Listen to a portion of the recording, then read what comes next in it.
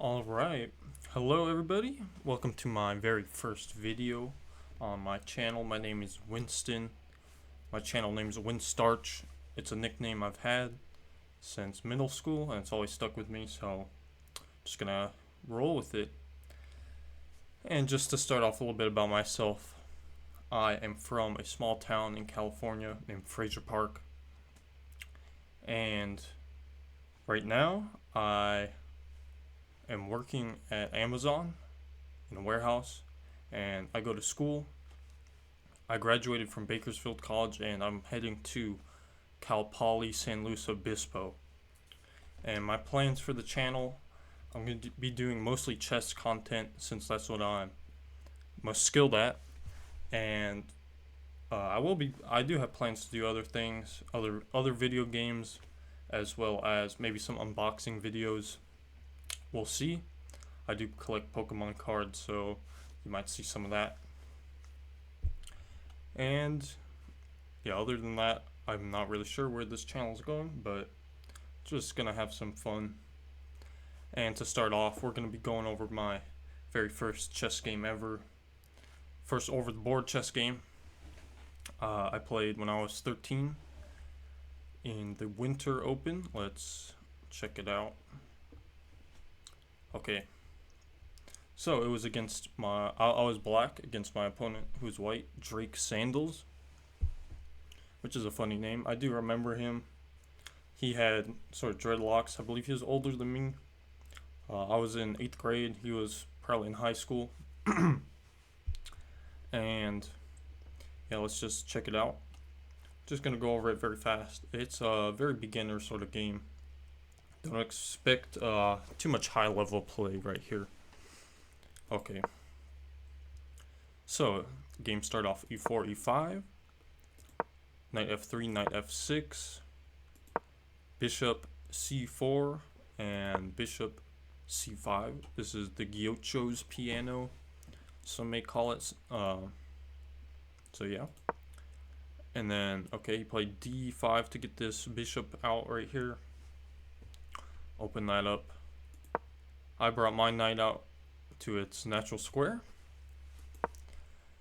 He pinned my knight to the queen, which is, pretty standard. I castled, and here was the first sort of beginner move of the game. He took my knight, which is obviously bad because it relinquishes the pressure that he did have by putting his bishop there. He gives up the bishop pair, while simultaneously letting my queen get out by recapturing. So I did that, and then he castled. I again played a suboptimal move, probably my first suboptimal move of the game. Knight d4. This is suboptimal because it doesn't really do anything. It doesn't attack over here. There's nowhere else this knight's really going. Taking this doesn't help much because the queen can take back. So yeah. And then he captured back. I captured with the bishop. And he kicks my bishop with the pawn. Alright. And I simply retreat my bishop back one square. Oh, wait. Hold up there. Click play on accident. Okay. Move my bishop back one square. He kicks it away again with b4, and I move it back. Let me adjust that real quick. Okay. And okay, yes, I just move it back, keeping my bishop on this diagonal, aiming towards the king. He brings his knight out to the edge of the board, which is not really good. And remember, this was a 30-minute match, so we each had 30 minutes on the clock. And so playing these suboptimal moves really shows just how bad we were, how bad I was back then, and how far I've came. And I'm sure he's came a long ways from playing moves like knight a3. Probably not the worst move, but also not great. Anyways, d6. He brings his knight up, which is just a bad move because this doesn't attack anything, right? This is defended by the bishop, and I could simply kick it away on the next move.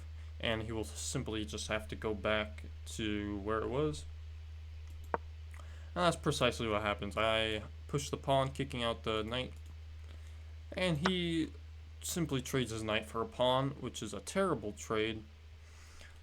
I take the knight back, and he moves his rook up, or his rook to e1.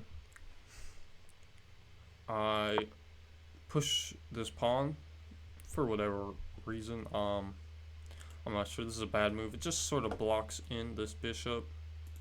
Yes, it does attack the pawn, but the pawn can push, and then it makes my move look stupid.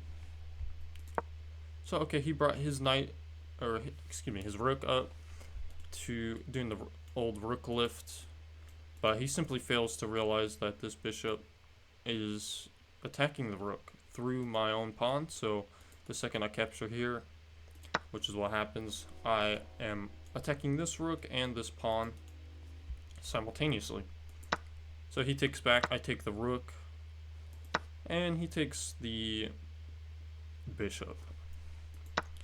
And then I take this pawn that was hanging after all that, and let's see, he moves the rook, attacking my queen. Alright, big whoop. Just move the queen away. Alright, he moves the rook here, forgetting that I am attacking this pawn. He should have defended the pawn somehow with the queen, but did not realize it was hanging. Okay, so I take it. He's got to move the king, and then I move my queen back here to defend this pawn, also to allow my bishop to come out with tempo. So, you know, I did have some basic ideas back then of getting all my pieces involved, you know, making sure they're on the best squares. This is a pretty good square because the queen will be attacked. And then he plays the fatal move, queen to b3. Now this clearly hangs mate in 2. But in the game, you'll see that I did not see that initially. And I played h5, ignoring checkmate, which would have just ended the game. And he, because we're both bad, he did not see it either. And he played another move that does not defend against it. He should have played something, you know, h3, move the queen back, do something, anything. But no, he just moves his rook to the middle of the board. And then finally I end the game, queen c1. In my little book right here, I wrote down checkmate, but this is in fact not checkmate because there is one move you can play, just sacrificing the queen, and then it's checkmate. So, yeah, that's the game. Let me go back to this. Okay, I hope you enjoyed it. There's going to be another video coming out in a second, and where I play a Grandmaster, one of my recent games. So stay tuned for that. If you enjoyed, hit the like button, hit the subscribe for more content coming at you. And yeah, you can check me out on Twitch as well. I'm Winstarch on Twitch, Instagram, also Winstarch. So yeah, thank you. Have a good day.